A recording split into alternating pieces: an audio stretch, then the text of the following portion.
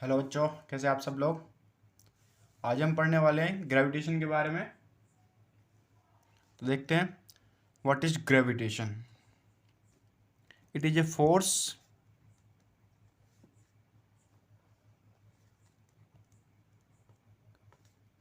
Of attraction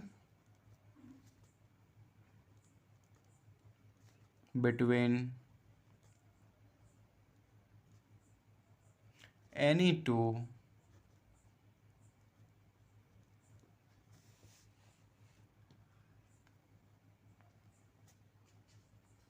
objects in nature या फिर universe. ठीक है।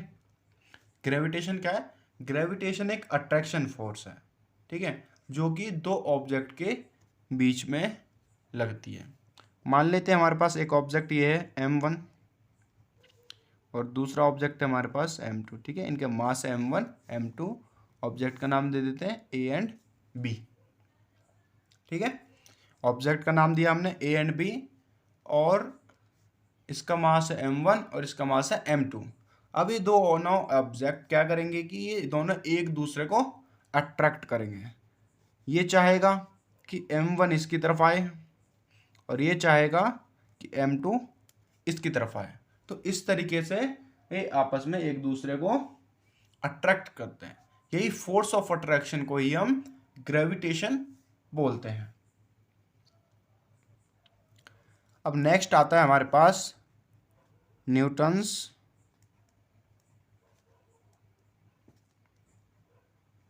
Law of gravitation.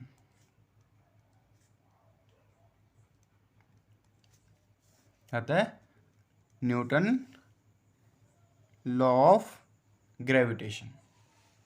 कि ये लॉ ना हमें न्यूटन सर ने दिया था, क्योंकि नाम से पता चला है, या फिर इसको हम एक और नाम बोलते हैं यूनिवर्सल। ठीक है,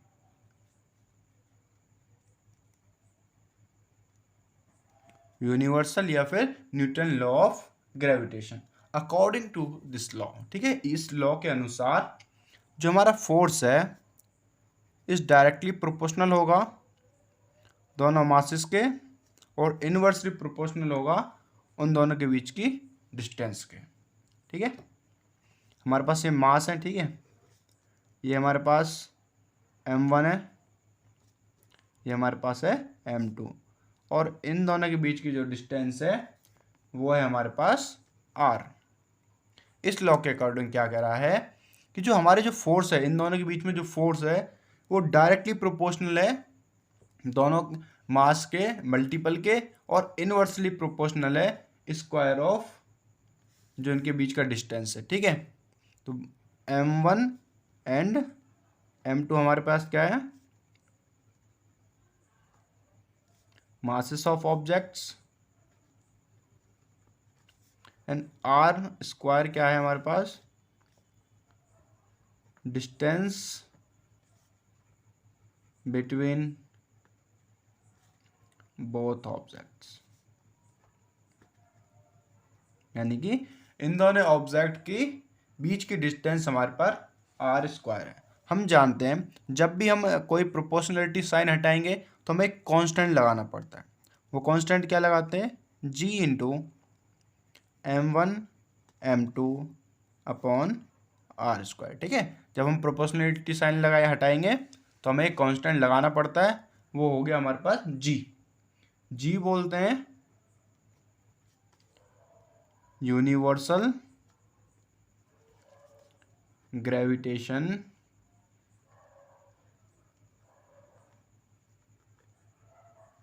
ग्रेविटेशनल कांस्टेंट। और हमारे पास जो g की वैल्यू होती है, ठीक है, g की वैल्यू होती है 6.67 इंटू 10⁻11 न्यूटन मीटर स्क्वायर पर kg स्क्वायर। ठीक है, हमारे पास एक फॉर्मूला बनता है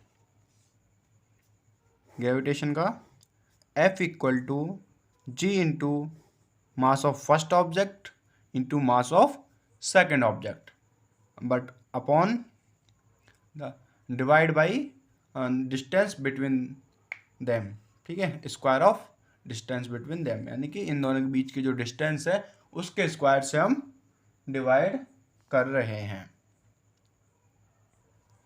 फिर नेक्स्ट टॉपिक आता है हमारे पास एक्सेलरेशन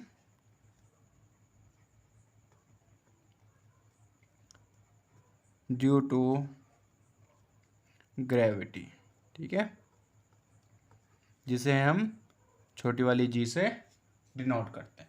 जब कोई भी ऑब्जेक्ट, ठीक है, जब कोई भी ऑब्जेक्ट पृथ्वी की तरफ या फिर अर्थ की तरफ फॉल करती है, ठीक है, तो एक फोर्स उसको खींच रही होती है, या फिर अर्थ की जो ग्रेविटेशनल पुल है वो उसे खींच रहा होता है, ठीक है, क्या करता है, खींच रहा होता है। जो ये एक्सेलरेशन हो रहा है अर्थ की ग्रेविटेशन की वजह से, इसी को हम बोल देते हैं एक्सेलरेशन ड्यू टू ग्रेविटी। इसका फॉर्मूला देखते हैं, G equal to G mass of earth upon radius of earth.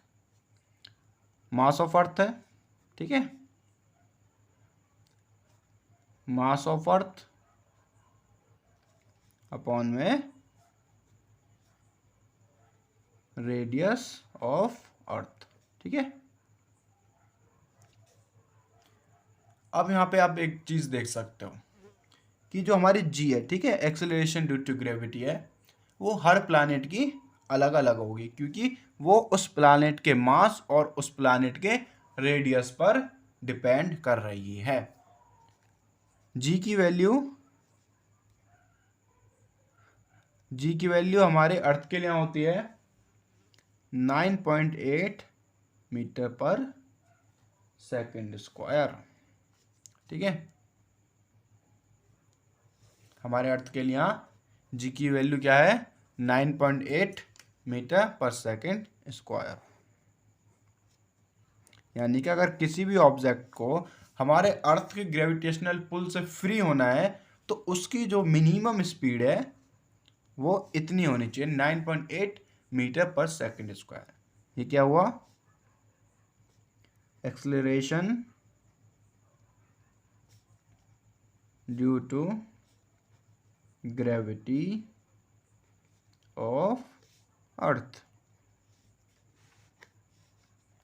ठीक है। अर्थ की ग्रेविटी की वजह से जो एक्सेलरेशन हो रहा है उसकी वैल्यू आती है हमारे पास 9.8 मीटर पर सेकंड स्क्वायर। ये वैल्यू बहुत ज़्यादा इंपॉर्टेंट है।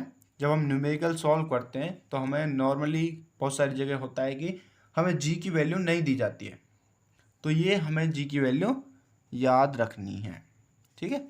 ये काफ़ी इम्पोर्टेंट वैल्यू है जो कि हमें याद करनी है। और एक ये जी की ग्रेविटेशनल कांस्टेंट की वैल्यू भी कभी कभी आपसे सीधा एग्ज़ाम में पूछ लेता है, ठीक है। ये दो वैल्यूज़ आपको याद रखनी है और एक हमारे पास ये फोर्स निकालने का फॉर्मूला। अब नेक्स्ट आता है हमारे पास variation in value of g, ठीक है। आपकी जो जी की वैल्यू है वो किस तरीके से वेरी कर रही है। Variation in the value of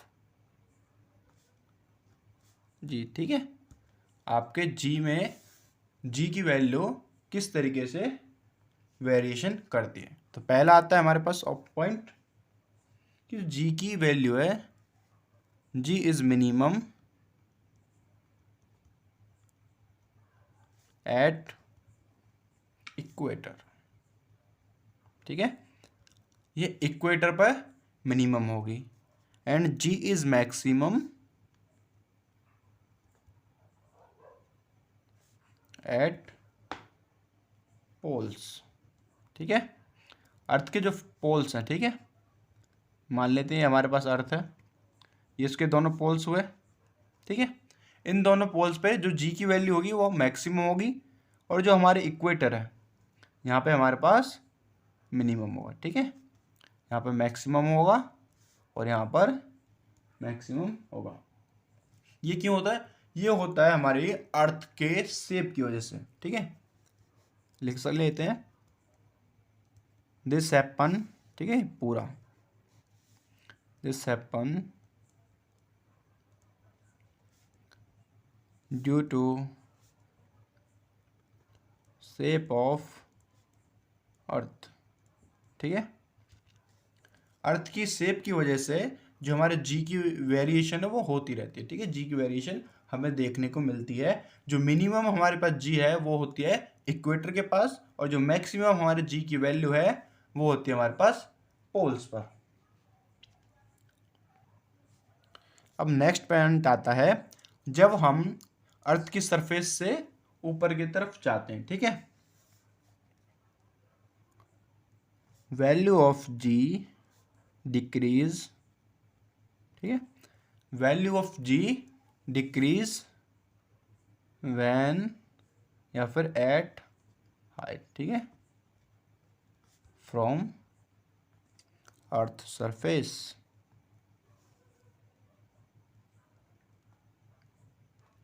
earth की सरफेस से जब हम ऊपर की तरफ जाते हैं तो हमारे जी की वैल्यू में, जी की वैल्यू हमारे पास डिक्रीज हो जाती है। तीसरा पॉइंट आता है, सेम है बट थोड़ा सा डिफरेंस है। Value of G decrease when we go down from earth surface. यानी कि आप अर्थ की सरफेस से ऊपर जाओगे तब भी आपकी जी की वैल्यू डिक्रीज होगी, अगर आप अर्थ की सरफेस से नीचे जाओगे तब भी आपकी वैल्यू डिक्रीज होगी। 4 point, at centre of earth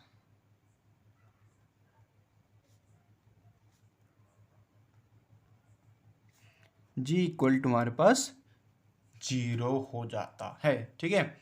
centre of अर्थ पे हमारे जी की वैल्यू 0 हमें देखने को मिलती है। ये जी की वैल्यू में फ्लक्चुएशन, ठीक है, ये ऊपर नीचे, ये इस वजह से होता है डेंसिटी ऑफ अर्थ की वजह से, ठीक है। अर्थ की डेंसिटी, अर्थ का एटमॉस्फेयर, इन सब की वजह से इसके वेरिएशन होता रहता है।